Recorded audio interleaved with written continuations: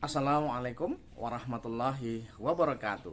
Jumpa lagi di channel Info Pendidikan bersama Pakar Jono. Kali ini saya akan membahas ada sesuatu yang ide dari seorang wali kelas di SMKN 1 Tambun Selatan yang viral kemarin ya. Untuk itu ikuti video ini sampai selesai dan jangan lupa yang belum subscribe silahkan klik subscribe, like, dan lonceng serta share pada kawan-kawan yang lain agar mendapatkan notifikasi pada video-video berikutnya. Bapak Ibu sekalian, itu ada WA dari seorang wali kelas yaitu Ibu Nani Roswati ya kepada para orang tua siswa SMKN 1 Tambun Selatan Bekasi. Ini viral di mana-mana menjadi bahan perbincangan. Isinya yang pertama, ujian anak Anda telah selesai. Saya tahu Anda cemas dan berharap anak Anda berhasil dalam ujiannya.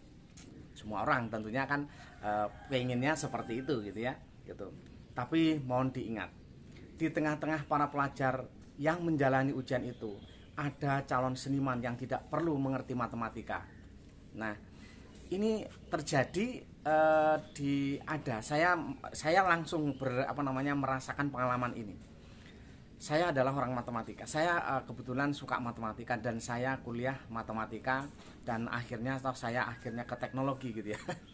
Jadi sudah mengikuti perkuliahan 2 tahun di matematika, akhirnya mundur, pindah jurusan,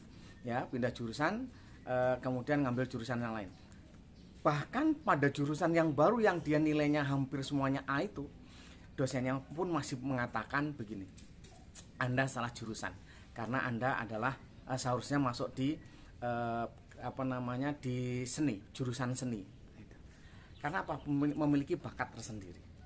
Nah, di situ ada calon pengusaha yang tidak butuh pelajaran sejarah dan sastra. Saya juga menemukan langsung ini. Dan ini saya sangat dekat dengan orang tersebut. Yang awalnya saya juga kesel gitu ya. Dia sering terlambat kalau sekolah, kemudian sering bolos, naik pagar dan lain sebagainya. Tapi akhirnya menjadi seorang importir yang setiap minggunya dia keluar ke Jerman, ke Amerika dan lain sebagainya. Padahal kalau dilihat dari nilainya tidak bagus ya. Seperti itu. Kemudian ada calon musisi yang nilai kimianya tak akan berarti ya Bapak Ibu. Dia pelajaran kimia walaupun nilainya besar, kalau musisi mungkin kemungkinannya kecil kepake gitu ya. Di sini memberikan pengertian bahwa bakat anak ini menjadi hal pokok untuk bagi para orang tua melihat betul bakatnya itu sebenarnya kemana, seperti itu. Kemudian ada calon olahragawan yang lebih mementingkan fisik daripada fisikanya. Ini saya juga jumpai. Saya pernah menjadi seorang kepala sekolah. Murid saya itu saya analisa begitu, yang paling disukai anak-anak itu apa? Ternyata sepak bola. Jadi dari awal saya mencoba, saya sendiri ikut terjun langsung melatih, kemudian padahal saya juga nggak bisa sepak bola. Melatih, kemudian ternyata hasilnya apa? Banyak sekali anak-anak saya yang sekarang menjadi pemain sepak bola. Bahkan ada yang jadi wasit, ya kan? Ada yang sampai seperti itu. Yang sekarang ini waktu itu saya pimpin itu sampai memenangkan juara tingkat provinsi, yaitu sudah sampai 11 kali. Bahkan kita mendapatkan 3 piala bergilir menjadi piala tetap.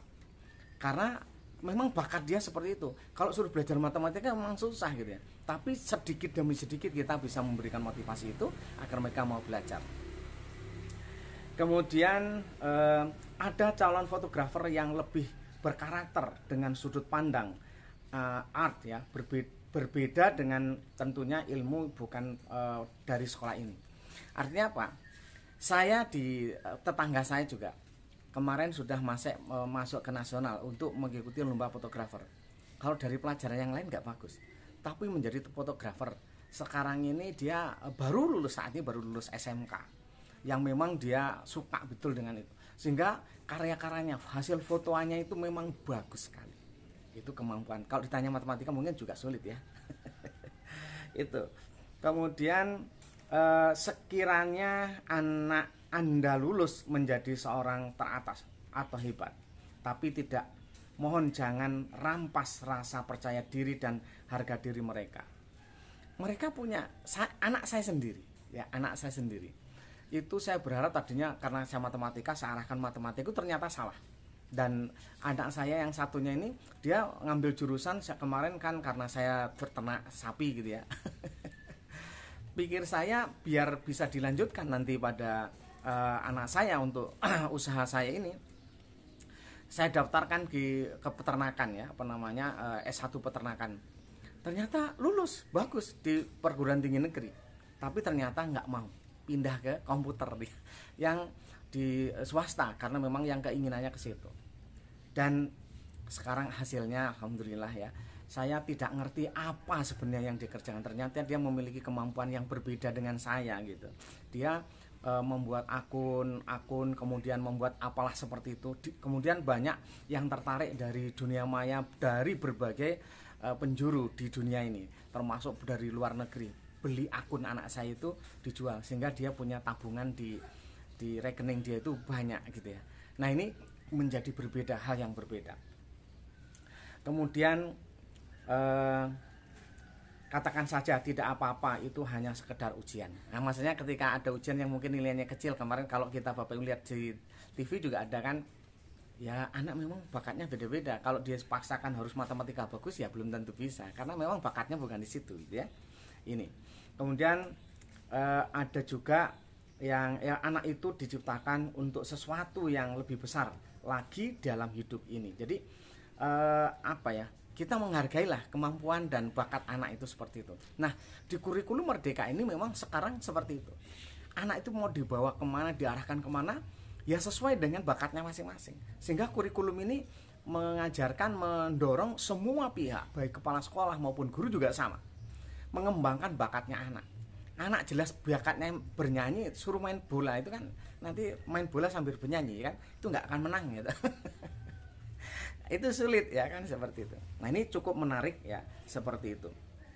Jadi berhentilah berpikir bahwa hanya dokter dan insinyur yang bahagia di dunia ini. Tidak ya, tidak. Saya dari awal sebenarnya cita-cita saya sebenarnya dokter, tapi karena orang tua saya itu orang miskin, nggak memungkinkan saya daftar jadi dokter. Dan saya sudah mencoba mendaftar, toh pada saat wawancara juga nggak lolos ya kan. karena memang berbeda ceritanya gitu loh. Saya memang nggak punya apa-apa saat itu. Saya bahkan makan aja untuk harian saya tidak ada yang dimakan. Saya harus berpuasa agar saya bisa kuliah. Ya, itu yang saya rasakan seperti itu. Sehingga saya akhirnya sama kawan saya didaftarkan, waktu itu didaftarkan di matematika. Ikutlah saya daftar di sana. Saya jalanin saja, saya lulus akhirnya di matematika. Dan itu waktu itu masih diploma 3, saya lulusan diploma 3 matematika. Kemudian setelah saya keluar lulus dari diploma matematika, saya justru bisnis, bukan ngajar ya. Ngajar honor sebentar, terus kemudian saya merasa nggak sebanding yang saya dapatkan. Akhirnya saya bisnis, usaha saya, jualan ya, dagang gitu ya. Nah, tapi pada suatu saat saya berusaha untuk mengembangkan usaha ternak ayam. Nah, ternyata di situ ada kegagalan di saya, sehingga orang tua saya merasa bahwa menangis terhadap saya, karena menangis itu karena merasa orang tua saya itu nggak berhasil karena saya tidak menjadi pegawai negeri saat itu. Nah, pada saat itu saya tersentak hati saya. Akhirnya saya berusaha untuk daftar PNS, tapi ternyata pendaftaran PNS saat itu sudah tidak ada lagi lulusan dari D3. Akhirnya saya kuliah lagi di S1, ngambil matematika lagi. Saya lanjutkan, alhamdulillah saya lulus, walaupun nilai juga nggak bagus-bagus amat, tapi saya lulus lah seperti itu. Paling tidak saya masih di ya IP yang lumayan lah ya, mendekati komplot. Ya lumayan gitu saja. Oke, kemudian saya setelah lulus, kemudian saya mencoba kuliah kembali. Setelah saya lulus, kemudian saya daftar PNS, saya keterima PNS. Kemudian saya mencoba mempelajari, mendalami hobi saya, yaitu tentang teknologi. Dan akhirnya saya kuliah di teknologi, yaitu di S2 teknologi di Universitas Lampung saat itu. Dan saya ketemu orang-orang hebat di sana. Ada Pak Prof. Sujarwo, Prof. Bambang, ya, Profesor Her Pratiwi, yang termasuk Prof. Undang, itu yang membuat saya juga tergugah, pengen berkarya, pengen berhasil begitu ya. Sehingga saya mengembangkan saat itu terkait dengan analisis hasil belajar, yaitu yang disebut dengan anajon ya, seperti itu. Itu yang saya lakukan saat itu karena saya berminat di situ. Akhirnya sampai hari ini saya berusaha setiap hari saya mengembangkan pengetahuannya terkait dengan IT ya, membuat sebuah aplikasi. Dan walaupun memang tantangannya berat, baru saja 3 hari yang lalu akun saya yang bisa gunakan untuk bisnis ini dijebol orang gitu, sehingga saya nggak bisa masuk, padahal di situ semua aplikasi saya simpannya di situ gitu. Nah, ini sangat luar biasa. Nah, dari kemarin saya sudah mencoba mengembalikan aplikasi-aplikasi yang saya miliki itu, kemudian saya coba buat kembali, saya hasilnya renovasi kembali, dan ternyata malah itu hikmahnya menjadi lebih baik, lebih bagus. Jadi Bapak Ibu sekalian, ketika kita melihat fenomena ini, apa sih disampaikan Bu Nani ya namanya ya, Bu Nani Roswati, ini menurut saya bagus sekali, idenya sangat bagus, dan di lingkungan saya juga seperti itu. Saya juga pernah murid, pada saat itu pernah saya tampar ya, karena waktu itu memang belum ada yang sekeras kayak seperti dulu gitu ya. Jadi pernah saya tampar. Suatu ketika orang tuanya datang ke rumah merasa terima kasih kepada saya karena anaknya selesai, karena dia sudah nggak mampu membimbing anaknya, nakalnya memang luar biasa kata orang tua itu. Tapi sebenarnya bukan karena nakal, karena memang dia sangat hiperaktif, tapi memang sering mengganggu kawannya, itu yang membuat saya kadang marah begitu ya. Dan akhirnya sekarang murid saya ini menjadi anak yang sangat taat dengan agama dan sangat sopan santunnya sangat tinggi. Dan ini menjadi kebanggaan saya karena dia merasa saya ini adalah sebagai bapaknya, dan dia kemanapun kalau lewat tempat saya dia mampir ke bapak saya, katanya seperti itu. Ini pandangan atau kreatif atau inspiratif dari Bu Nani ini mungkin bisa dikembangkan untuk teman-teman yang lain, sehingga mengembangkan anak itu bukan mau-mau kita. Ketika saya mengajar matematika, anak harus bisa, ya kita upayanya semampu dia, tapi bukan berarti kita meninggalkan dia terus nggak bisa mampu ya, karena memang sebenarnya dia bukan bakatnya di matematika.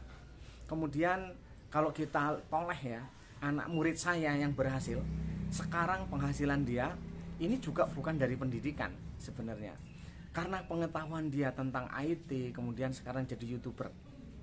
Murid saya itu mungkin bisa dilihat nanti ya, itu penghasilan dia sekarang cukup lumayan besar. Bahkan dia ada blogger, ada sebagai YouTuber yang penghasilannya sudah mungkin 20 kali lipat dari gaji gurunya setiap bulannya ya. Dia penghasilannya sudah di atas 100 juta per bulan. Nah, ini menggambarkan bahwa kita tidak bisa memaksakan harus maunya orang tua, tapi orang tua mengikuti bakat anaknya untuk bisa dikembangkan dengan sebaik-baiknya. Mudah-mudahan inspirasi ini menjadi penggugah pada orang tua dan pada para guru. Kalau ngajar bukan sekedar nyampaikan bunyi, itu tidak, tapi lihatlah bakat dia itu sebenarnya kemana, arahkan, bimbinglah dengan sebaik-baiknya gitu. Pendidikan itu di sekolah melatih siswa untuk bisa bergaul, bisa bersinergi dengan bisa kerjasama yang baik. Kemudian seorang guru juga bisa memberikan harus mampu mengcoaching siswa, sehingga siswa pun bisa melakukan dengan hal yang terbaik sesuai dengan bakatnya tadi ya kan? Kemudian latihlah anak untuk bisa meningkatkan kemampuan dirinya, istilahnya continuous learning bagi si anak itu sendiri, agar dia mau belajar. Karena orang yang sukses bukan karena hanya sekedar dari kita sekolah begitu saja, banyak pengalaman di luar yang didapatkan. Tentunya ini perlu dukungan, perlu dorongan, perlu motivasi, dan perlu penggalian yang cukup luar biasa dari guru. Tugas guru sangat hebat dan sangat bagus dan sangat mulia. Nah, karena itu bagi guru upayakanlah untuk selalu membimbing anak dengan melihat bakatnya itu. Inilah roh kalau saya memandang bahwa kurikulum ke depan itu seperti itu, bukan mau-mau kita atau mau-mau orang tua, karena dia punya bidangnya sendiri.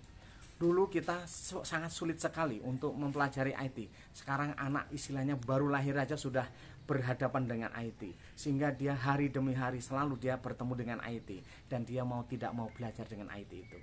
Sukses selalu pada kawan-kawan semuanya, terutama para guru yang sekarang sedang mengembangkan Merdeka Belajar ya. ini hal yang baik untuk bisa didukung agar bisa dilaksanakan dengan baik. Tetap semangat, jadilah guru yang terbaik di antara yang baik. Sukses selalu, mohon maaf kalau ada yang kurang berkenan, dan saya akhiri. Assalamualaikum warahmatullahi wabarakatuh.